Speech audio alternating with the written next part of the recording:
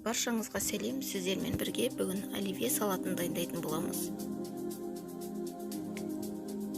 Бізге керекті шұжық, тұздалған қияр, картоп, сәбіз, жұмыртқа, горох. Барлығын майдалап турап аламыз.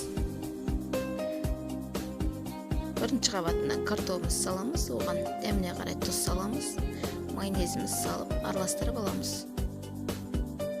Оны формамызға жайып аламыз.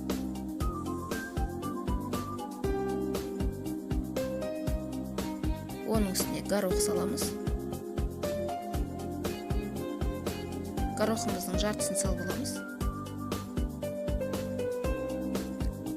Майонез жағамыз.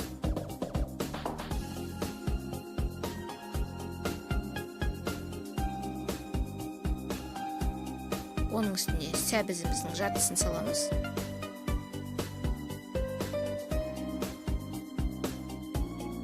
Оның үстіне де майонез жағып аламыз. Тұздалған қияр саламыз.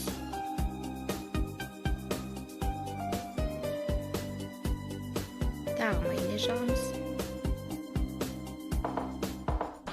Қайнаған жұмыртқамызды саламыз. Колбаса саламыз.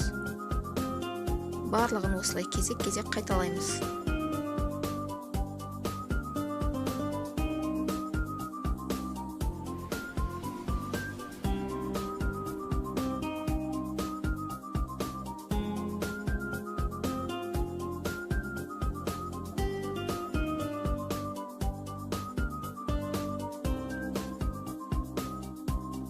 Ары қарай жұмыртқаның сарысын бетіне сеуіп шығамыз.